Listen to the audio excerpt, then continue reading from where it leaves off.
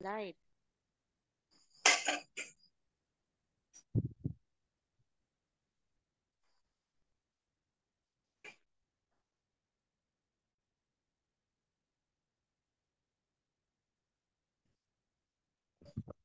Okay, so magandang gabi po sa ating lahat muli. Ayan, sa ating live again, sa ating dito sa ating alamin live at in defense of the truth. So, pasensya na po at medyo talagang halos ilang araw tayong walang live po dahil sa tawag ng gawain sa simbahan. Ayan. So, balik po ulit tayo sa debate, sa topic na ating gawain dito sa In Defense of the Truth. Ayan. So, ngayong gabi po, syempre, bibigyan muli tayo ng ating masipag na ating tagapagbigay ng panayam ng kanyang topic at talaga namang sobrang kapaki-pakinabang. Lalo na kung sa pagdating sa pag-aaral ng ating pinananampalatayanan, yung pong mga naibabahagi dito ni si Cynthia at yung iba po nating kapatid ay talaga pong magagamit siya. At nandito po yan, nakasave lang po yan dito sa atin sa page po natin dito sa In Defense of the Truth. Ayan, hanapin nyo lang po yung gusto nyong mapanood at mapag-aralan or magamit as a reference. At ganoon din po sa ating YouTube channel. Please subscribe, like and follow po yung ating yung ating YouTube channel at nandun po halos ang napakaraming daan-daan ng debate ni Brother Mel at ng iba po nating mga kapatid. At ganoon din po mga kapatid, abangan natin yung may debate po dito bukas. Syempre yung ating suki na Islam at isang born again. And sa January 5 po ay wag po natin kalimutan. Ayan, meron pong isang debate na magaganap ngayon dito sa ating page, yung ating kapatid na si Brother Ted. Ayan, with Mark Umbao. Ayan, so ang topic po nila ay about Mama Mary, yung perpetual uh, anong pangalan nito? Yung perpetual virginity of Mama Mary. So yan po yung kanilang, abangan nyo po yan sa February 5 po. So that is Friday po yata. At sa isang week po, abangan nyo din yung ating si Sir Halis again para sa kanyang debate. Ayan, na magaganap din at isang pastor po. So abangan nyo na lang po yan na next week at ipopost po natin dito yung kanilang poster.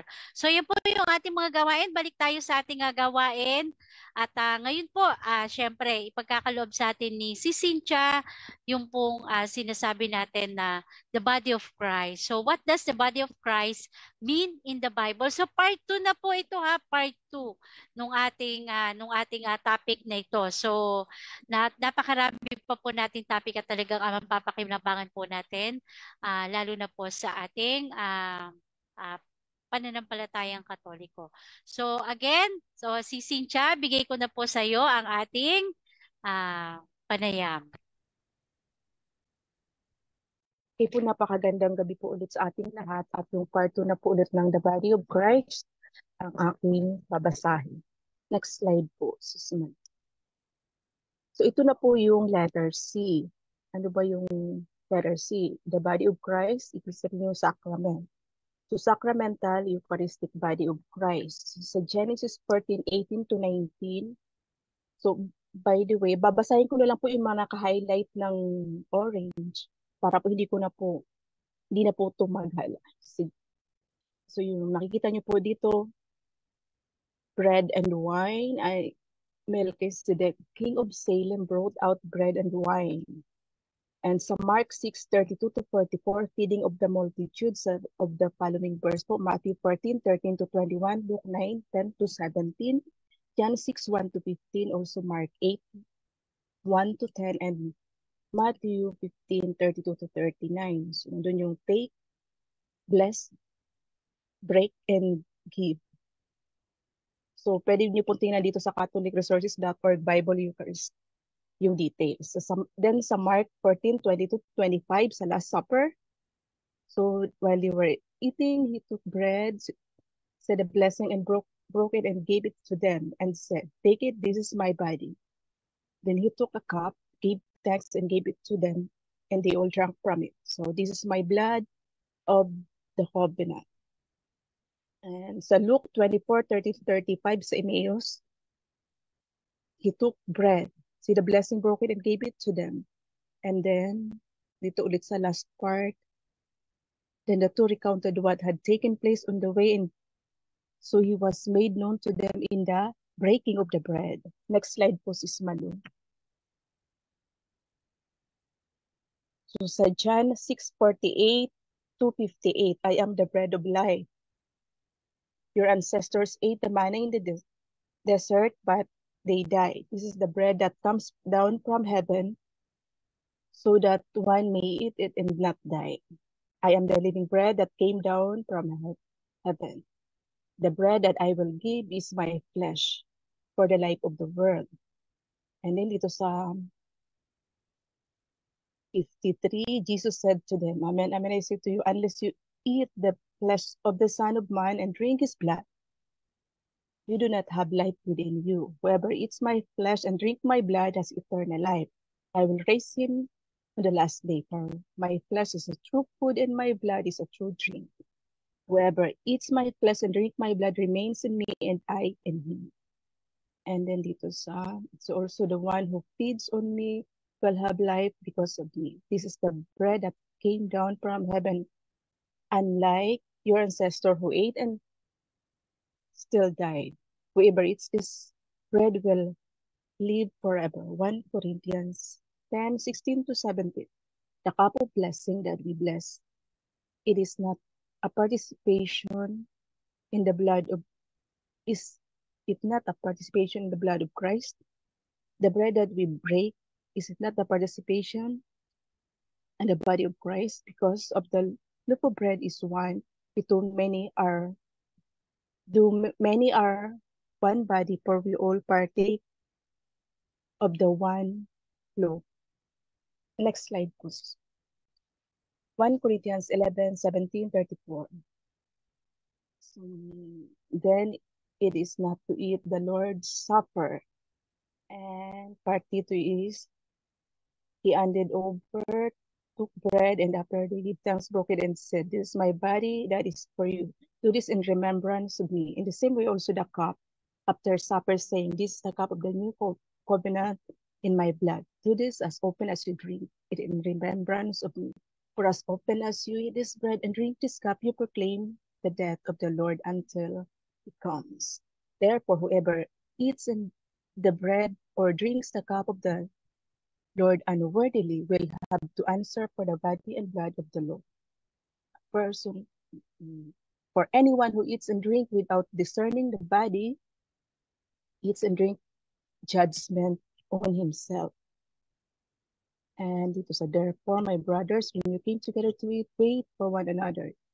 Anyone is hungry, he should eat at home, so that your feedings may not result in judgment. Next, Moses Mali. Catechism, the presence of Christ by the power of his word in the Holy Spirit. Catechism CCC 1373. Jesus Christ, present in many ways to his church, his word in church prayer. Yes, where 2 or 3 are gathered in my name, and the poor, and the sick, and the imprisoned, in the sacraments of which he is the author, the sacrifice of the Mass, and the person of the minister, but he is present most especially in the Eucharistic speeches. Catechism 1374, the mode of Christ's presence under the Eucharistic speeches is unique. This presence is called real. It is presence in the fullest sense, substantial presence by which Christ, God and man, makes himself fully and entirely present. Catechism 1375, it is by the conversion of the bread and wine into Christ's body and blood that Christ become present in the sacrament. The Church Fathers strongly affirmed the faith of the Church in the efficacy of the word of Christ and of the action of the Holy Spirit to bring about this conversion. Catechism 1376, that by the consecration of the bread and wine, there takes place a change of the whole substance of the bread into the substance of the body of Christ our Lord, and of the whole substance of the wine into the substance of his blood. This change the Holy Catholic Church has fittingly and properly called transubstantiation. Next poses me. Real presence of Christ. Pew survey in 2019 claimed that only about 1/3 of Catholics believe. What is survey? Was this survey accurate? Has belief declined so much? Be careful with imprecise Lupis language, especially in the theology. Distinguish between faith and theology. Faith, real presence. Believe that Christ is truly present, body, blood, and soul, and divinity. Theology, transubstantiation. Explain why this appears as ordinary bread and wine. Only in Catechism 1376.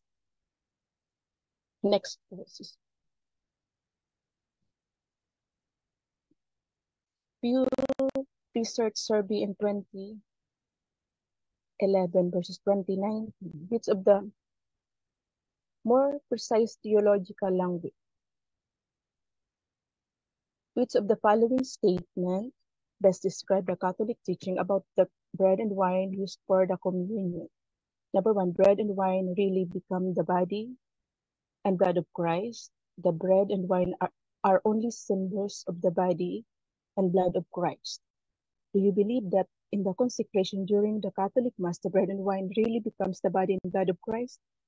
Number one answer, yes, I believe, and meron ding no, don't believe. So in 2019, which of the following best describe the Catholic teaching about the bread and wine used for the communion? The bread and wine, number one, actually becomes the body and blood of Jesus Christ. Number two, symbols of the body and blood of Christ. And the rest, not sure.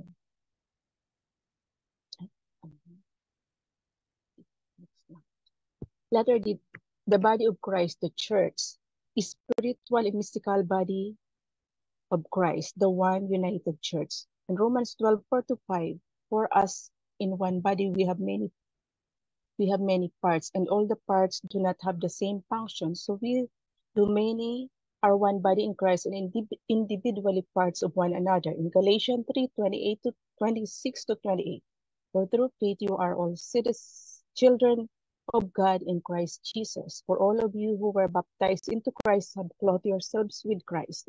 There is neither Jew nor Greek. There is neither slave nor free person. There is not male and female, for you are all one in Christ Jesus. Next poses.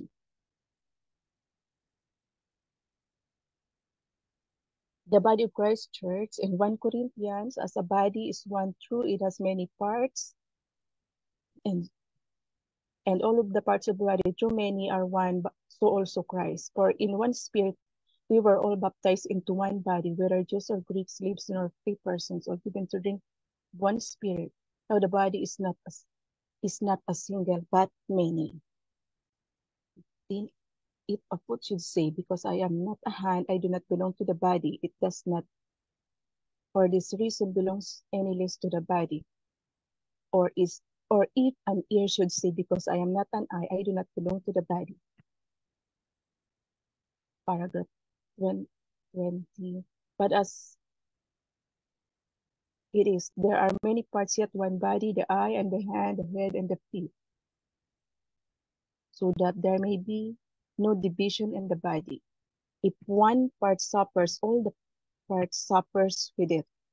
One part is honored, all the parts shares its joy. Now you are Christ's body and individually parts of it. Next poses, madam. Colossians 1:18-24. He is the head of the body, the church. He is the beginning and the firstborn from the dead. Now I rejoice in my suffering for your sake, and in my flesh I am filling up what is lacking in the affliction of Christ on behalf of his body, which is the church. Colossians 2:9-10. For in him dwells the whole fullness of the deity bodily, and you share in its fullness in him, who is the head of every principality and power. Colossians 2:18-19. and not holding closely to the head from the whole body. And Colossians 3:15, and let the peace of Christ controls your hearts, the peace into which you were also called in one body. Next quote. Ephesians 1:22-23. Gave him as head over all things to the church, which is his body.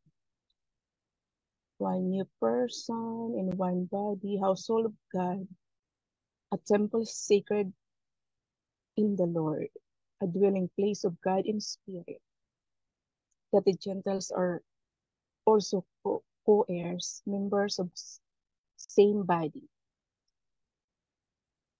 unity and one body and one spirit, one hope, one Lord, one faith, one baptism, one God and Father of all.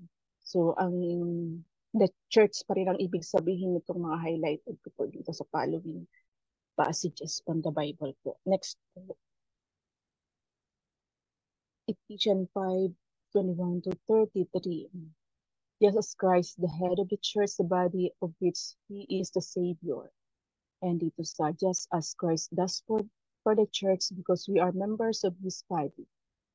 And the Christ in the church. Next po. Catechism 777. The word church means convocation. It designates the assembly of those whom God's words convokes, gathers together to form the people of God, and who themselves nourished with the body of Christ and became the body of Christ. Catechism 779. The church is both visible and spiritual, a hierarchical society, and the mystical body of Christ. She is one, yet formed of two components, human and divine. That is her mystery, which only faith can accept. Catechism 780. The church is the world. In this world is the sacrament of salvation, the sign and the instrument of the communion of God and human beings. Next po, sa part pa rin ng Catechism 805. The church is the body of Christ through the Spirit and his action in the sacraments, above all the Eucharist. Christ, who once was dead and is now risen, established a community of believers as his own body. 806. Unity of this body. There is a diversity of members and function. Catechism 807. Christ is the head. The church is the body of Christ, which Christ is the head.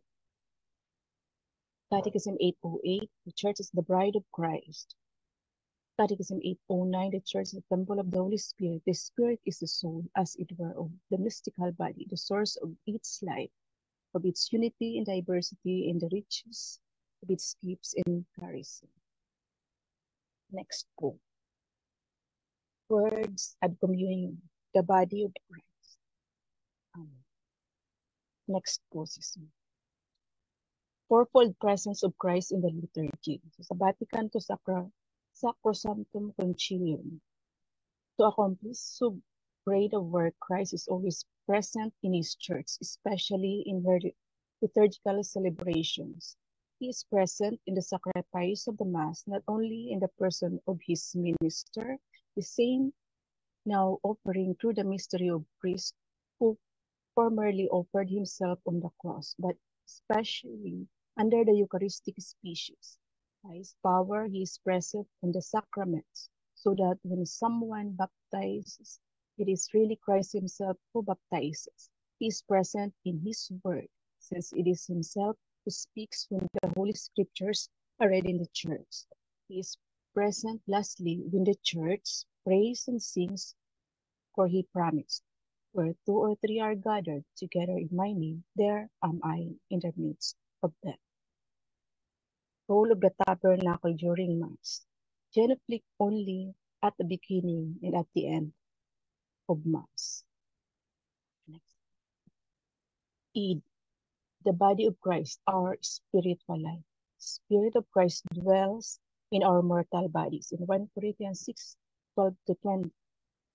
The body, however, is not for immorality, but for the Lord. And the Lord is for the body. Do you not know that your bodies are members of Christ?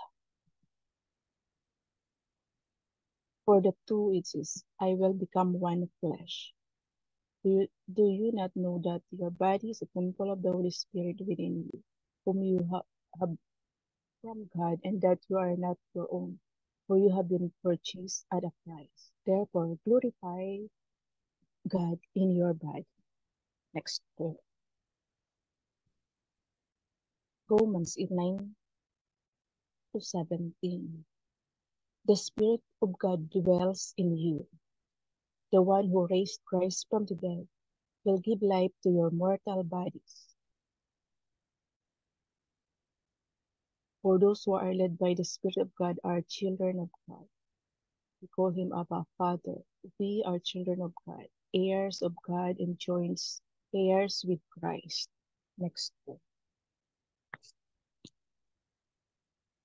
Ayon kay Saint Teresa of Avila, Christ has no body now on earth but yours, no hands, no feet but yours. Yours are the eyes with which Christ looks out his compassion to the world. Yours are the feet with which he is to go about doing good. Yours are the hands with which he is to bless us now. Next point. Father Godfrey Dickman, what good is it if the bread and wine are changed into the body and blood of Christ, but we are not? Next point. So recap po tayo, what is the body of Christ? Letter A, incarnation. Last time na diniscuss natin A and B yun. A and B. A, physical and mortal bodies of the human Jesus. B, resurrection, glorified in eternal body of the resurrected Christ. And yung diniscuss natin ngayon, letter C, sacrament, the real presence of the body of Christ in the Eucharist. And the church as the body of Christ, mystical in the ecclesial body of Christ, the church. And E, our spiritual life, Spirit of Christ dwells in our mortal bodies. Next, concluding prayer. Pope Francis, September 25, 2020. Brothers and sisters, let us dream. Let us dream of such a church, a Eucharistic church, made up of women and men who break like bread for all those who chew on loneliness and poverty, for those who hunger for tenderness and compassion, for those whose lives are crumbling because the leaven of hope is lacking. A church that kneels before the Eucharist and worship with awe the Lord present and the bread, but that also knows how to bend with compassion and tenderness before the wounds of those who suffer, lifting up the poor, wiping away the tears of those who suffer, making herself the bread of hope and joy for all, because there is no true Eucharistic worship without compassion for the many Lazaroses who even today walk beside us. Maraming salamat po sa pakikinig. Dito na po nagtatapos ang aking pagbabasa. God bless us. Yan, thank you. Maraming salamat, si Cynthia. Ayan, so, ayan, may yung recap po kanina. So, ayan. Kung, ito. Alam mo, kailangan ko ng ilaw dito sa madilim pala ako talaga sa live. So, nakikita ko yung aking monitor sa cellphone. So, ayan po, parang yung church na yon from physical to spiritual body of Christ, diba? So, ayan, may mga tao doon sa labas. So, pasensya na. So, ang ganda di po ba, di ba, yung church na binabanggit doon ay from inano siya, i-pattern doon sa, ang ganda nung sinabi ni Saint Teresa of Avila doon. Yung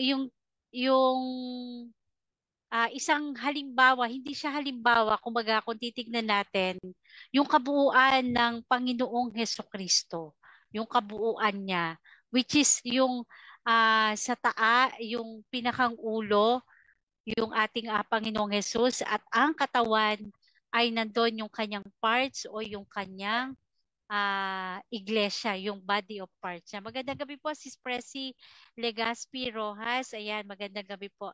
Si Roy Bongat kanina nanonood. Si Brother Alvin Malyesa, ayan. Lagi kami mga kasama ko sa Tambayers sa sa DevCon. Ayan, nanonood po sila kanina doon sa presentation. At ayan po, dito yung ating po mga tinatopic ni si Cynthia, yung mga panayam po na binibigay niya ay dito po sa atin sa InDefense ay ma-search nyo po yan dito para sa magamit nyo nga po sa inyong mga pag-aaral at talagang malaki po yung maitutulong noon paano natin mauunawaan yung pinananampalatayanan ng bawat Katoliko. Yan. So, tulad nga po nito, paano natin iintindihin yung mystical body of Christ. Ayan. Paano ba tayo mapapabilang doon? Yan, di po ba? So napakaganda po. Tsaka yun doon sa Eucharist niya kanina. Ang ganda talaga niya. And may part 3 ba to si Cynthia? Tama ba? May part 3? Wala na. Yun lang. Ang kasunod na nito yung no, yung sa Lenten season. O, parang ganun yun. Oo, pwede Ay, naman natin. Third week yata. Ay, kailan ba ako? Third week yata ng February ako mag-start doon. Paghanap pa ako ng topic doon sa next week Oo. sa first and second week ng February. Okay, sige. Sa So third yun, ako mag-start ng yung sa Lent. Lent. March, February. Ano nga ba ang ating nakalimutan ko na. Nung matenda ko ng meeting nung gabi. Yung ating Lent season. Ayan. And yan, napakaganda. Pag-pray nyo rin po ako mga kapatid, humingi ako ng prayer. So natutulala ako kanina. Natutulala ako kanina sa ibinigay sa akin na wait lang po.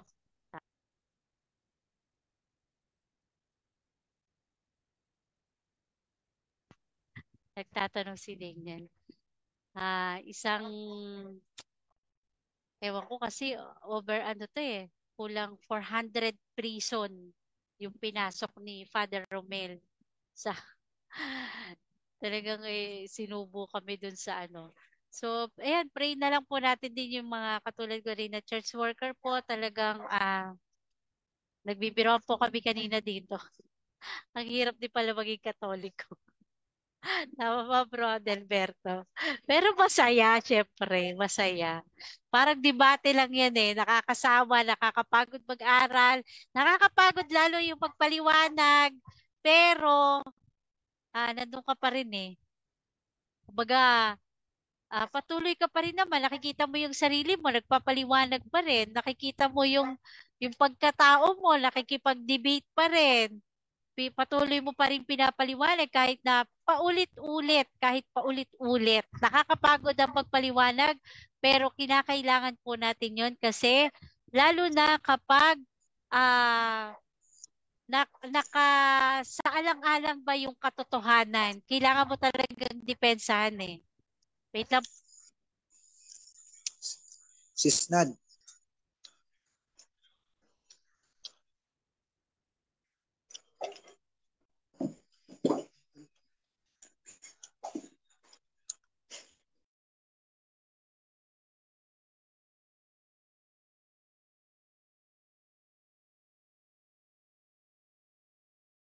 Yes, Brother Alberto, yung aming aso. Ang ingay. Ganun po talaga pag totoong pagmamahal, nakakapagod. Oo, no? Yeah. Ano ba yung hugot o yung sa pa rin? Topic pa rin natin.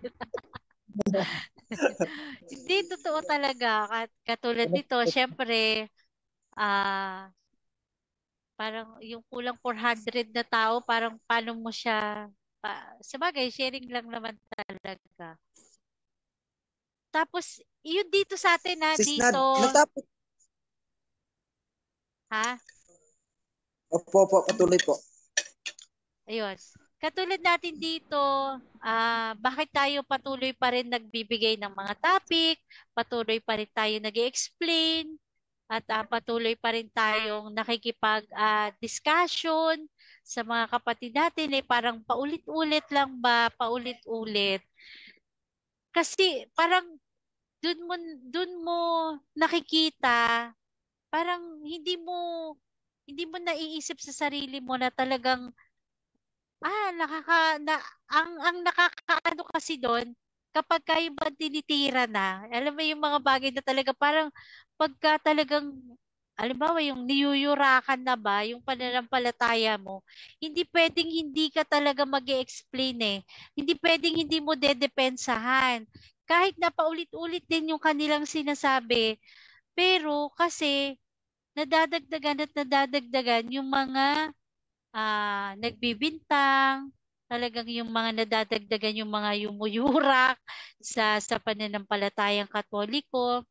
So, ayun, mas lalo kang naiengganyo. Kahit nga sabi natin nakakapagod. Kasi pag hindi naman katotohanan yung kanilang sinasabi, para bang hindi ko pwedeng palampasin to. Kailangan ipaliwanag ko to. Mali yung iniisip nila kasi ang tendency nun, kapag hindi mo pinaliwanag, pwedeng makaligaw yung mga binibintang nila. Pwedeng makaligaw dun sa ibang tao, lalo na yung mga Katolikong mahihina yung pananampalataya, mahihina yung pundasyon sa kanilang pinananampalatayanan. At yan yung nangyayari. Kaya lumilipat yung mga ibang yung mga ibang sekta. Ayan, magandang gabi po sa ating kapatid na Brother Albert Hinkel. Ayan po, siya po ay born from above. Charot. So, ayan. So, yun po, sana kung meron kayong question, doon po sa ating i-message nyo na lang po doon sa topic ni Cynthia kanina tungkol sa Body of Christ. I-message nyo lang po at sa susunod po ng tawa ni si Bro Albert. Ayan. I-ano nyo lang po i-message nyo lang po dito. At ano po ang ating In Defense of the Truth ay bukas po para sa lahat ng ating mga kapatid na gustong ayoko na, born again, magulo O, tama nga naman. Huwag ka na sumali sa kanila. Yung kaguluhan nila, Bro Albert, huwag ka na sumali. Ayan. Bukas po ang In Defense of the Truth para sa lahat ng mga gusto pong magdaos dito ng debate. Ayusin lang po natin yung schedule.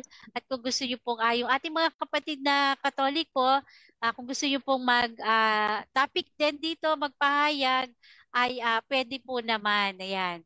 So, doon po din sa mga kapatid natin na gustong assistant, let's say hindi po siya Catholic, pwede naman po. Pero syempre, may question kami, di ba? Pwede siyang mag-question. Pwede kaming mag-question. Ayan. So, abangan niyo po bukas yung debate natin, yung ating mga sukay dito.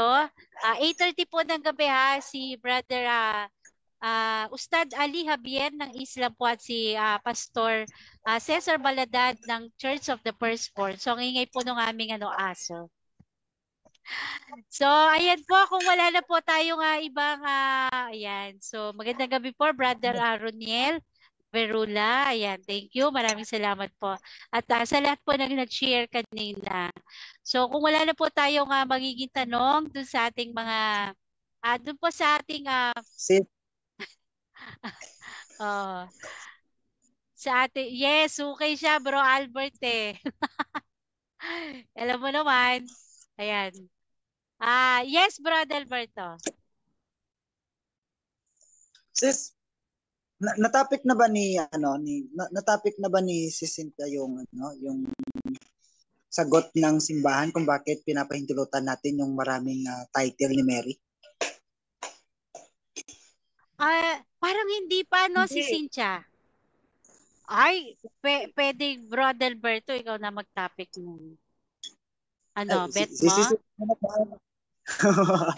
Sabay pasa, Hindi. Pagkalan ko, pagkatapos, PM na lang kita kung kailan. Oo, mas maganda yung may presentation na katulad yung ginagawa natin para at least may nababasa ba yung tao, pwede na yung screenshot.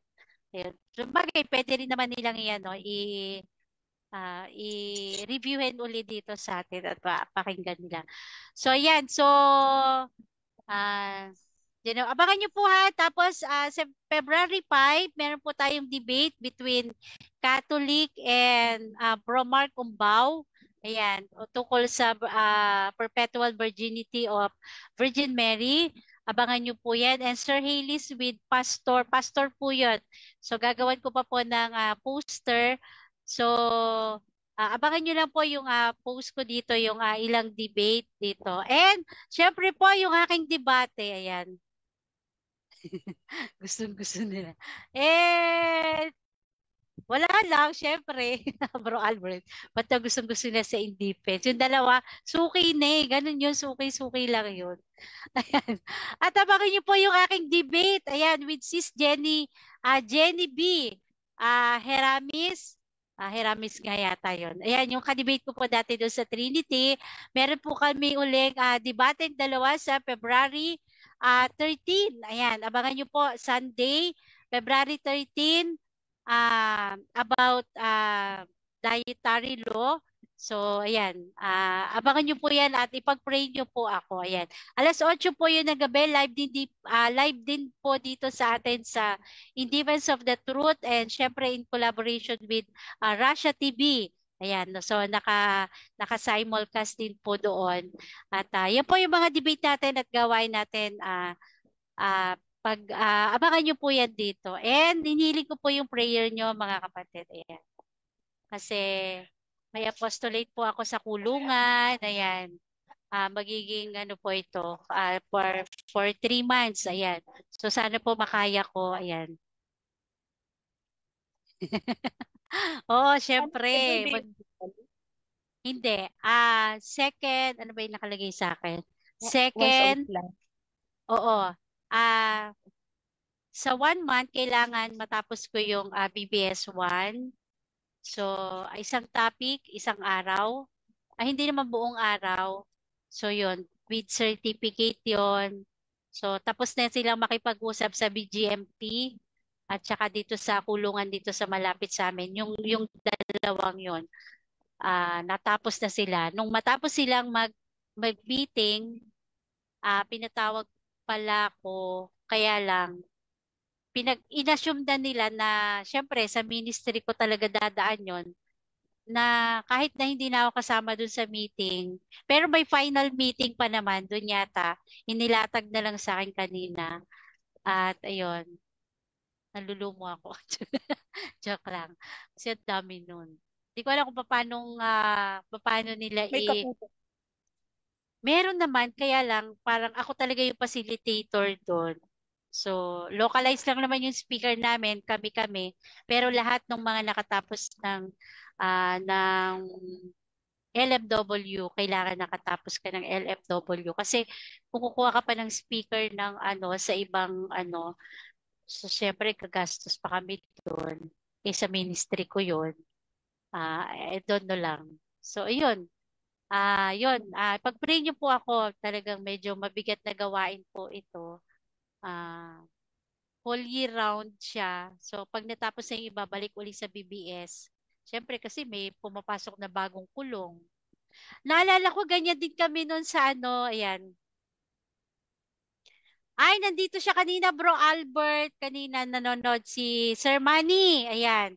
Medyo busy lang pero magta-topic na uli si Sir Manny. Ayan. Sabi niya sa akin, kasi magpapagawa ng poster, wala pa lang yung pinakang details na hindi pa niya nag-message sa akin nung nakaraang araw. Igawa ko ulit daw siya ng poster at mag-ano tayo. So magjo-join tayo syempre kay Sir Manny. Ayan. So siguro nag-busy lang. Kasi itong nakaraan galing siya yata ng province nila, nagbakasyon doon. So balik na uli siya. Opo, Bro Albert, talagang meron kaming Bible study doon.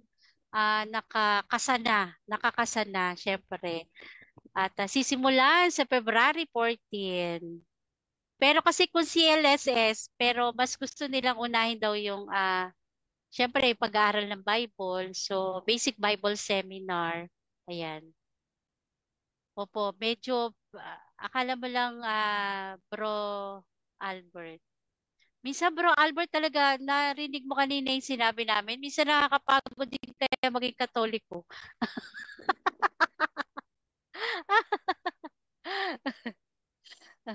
Yes, oo. Kasi yun ang Bro Albert, kasi yung aming parish ay isang diocesan shrine of Saint Joseph. So isa sa mga requirement ng shrine ay kailangan meron silang naka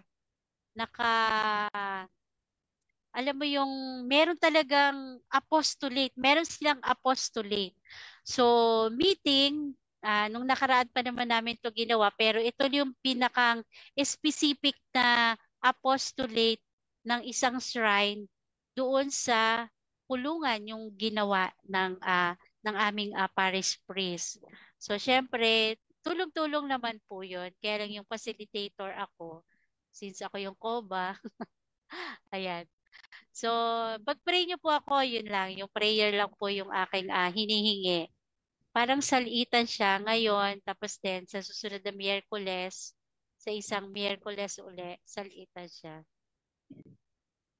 Sino ang apostolate niyo? Yes, Bro Albert. Ako po yung sinalang nila doon ngayon for Bible study. Basic Bible seminar. So, nakakasa na siya doon sa BGMP. Siyempre, may mga kasama ako. Di pwedeng wala. So, sumama, halika dito sa Baras. So, yan. Start po kami ng January for February pala.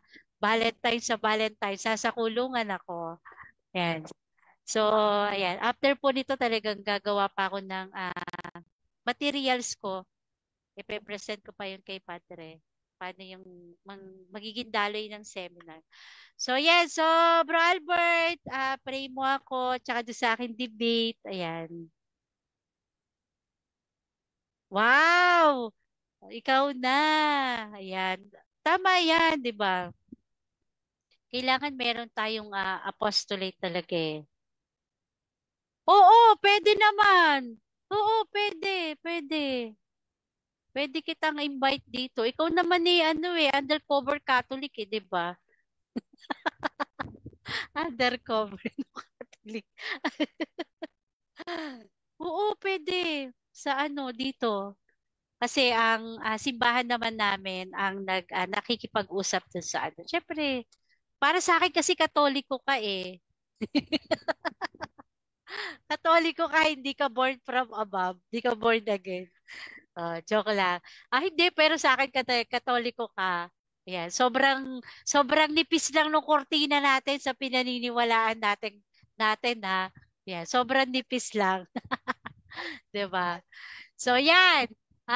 Okay na po tayo, no? So message lang po dito sa Independs kung meron po kayong gustong set na debate or topic or kung ano po yung gusto nyo. Open po ang Independs of the Truth. At abangan nyo po yung ating mga debate. Ayan. So, syempre, maraming salamat po sa ating tagapagbigay ng ating panayam sa gabi na ito at sa kanyang mga topic pa. Abangan nyo po yan. So, papasok na po ngayong February yung Lent season. So, yung ating po mga topic, syempre, about Lent po yun. So, abangan nyo po yan. So, thank you. Maraming salamat po, Mama Angie, Brother Alberto, and syempre si Cynthia, thank you so much. At kanina nandiyan si Sir Manny sa comment section nanonood siya. Sir Manny, okay, yan, natin ko po yung inyong details. Magta-topic ulit si Sir Manny at magbibigay ulit siya ng lecture sa atin sa FBI. I don't know lang kung dito, in-invite ko rin siya. So, oo daw. So, abangan po natin ulit si Sir Manny sa kanyang pagbibigay sa atin ng lecture about Catholic faith or dun sa iba pa po nating ibang mga issue. Ayan. So, abangan nyo po yan. Ayan. Maraming salamat at thank you very much po sa atin. Sa lahat po na nag-share at sa atin po na narito ngayon. So, let's pray na po para sa ating pagtatapos ng ating gawain na ito.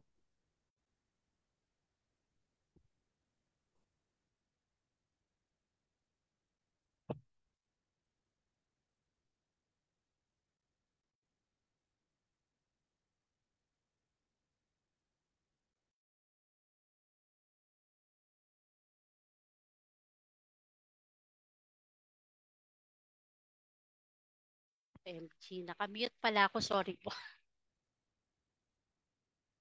Sa ngalan ng Ama, ng Anak at ng Diyos, Espiritu Santo. Amen. Ama na walang hanggan, Panginoon naming Diyos, pinupuri at pinasasalamatan ka po namin, Panginoon, lalo na po sa gabi na ito na kami ay nag-aral muli ng iyong banal na salita. At nawa po, Panginoon, tunghayan mo ang bawat isa sa amin na nagsusumikap na makapasok po sa makipot na pintuan upang ang hirap ng sa landas ng aming mga tinatahak ay ikaw ang aming maging gantimpala, Panginoon. At Panginoon, narito po kami sa iyong harapan na isinusuko namin ng aming mga sarili at humihingi po kami ng kapatawaran sa lahat po ng aming mga kasalanan at pagkukulang, dala po ng aming mga kahinaan. At umaasa kami sa Panginoon, sa pamamagitan ng aming Panginoong Yesus ay nabubuhay ang iyong salita sa aming pagkatao, at lalong-lalo na po yung sa ibang tao at sa pakikisalamuha po namin sa iba.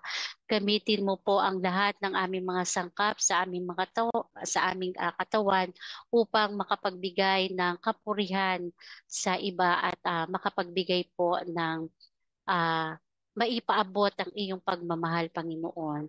At ganun din, sinasama namin sa iyo, Panginoon, ang aming mga kapatid na patuloy po na humingi ng panalangin para po sa kanilang mga kagalingan, higit lalo na po yung ating mga kapatid na sa mga oras po na ito ay nagdaranas ng hirap, dulot po ng sakit na cancer. Aming Panginoong Yesus, igawad mo po sa kanila, sa bawat kapatid namin na ito, ang iyong mapagpalang kamay. Alam namin, Panginoon, na ikaw po ang aming lalapitan dahil ikaw po ang aming dakilang manggagamot at ibigay mo po sa kanila sa bawat bahagi ng kanilang katawan ang lubos na kagalingan. At salamat po aming Panginoong Diyos sa iyong dakilang pag-ibig. At nawa po ang bawat isa ay maghari ang pagmamahalan, pagbibigayan at pag-uunawaan. Maraming salamat po at ito po ang aming samadalangin sa iyong makapangyarihang anak na si Jesus na aming Panginoong Diyos at tagapagligtas. Kaysa ng banal na Espiritu na nabubuhay at nagkahari magpa sa walang hanggan at sa walang sawang pamamagitan po ng aming Inang Berheng Maria at ng kanyang esposong si San Jose at sa lahat ng iyong mga banal sa langit. Amen. Sa ngalan ng Ama, ng Anak at ng Diyos, Espiritu Santo. Amen. Ayan. Thank you po. Ayan. Bukas po abangan po natin yung debate, 8:30 po ng gabi. Ayan ha. Abangan niyo po at maraming salamat po at magandang gabi po sa ating lahat. Ayan. Thank you po. Good night Ma'am po. Good Andy, night. thank you. Brother Berto, si Cynthia. Thank you. Thank you. Thank you.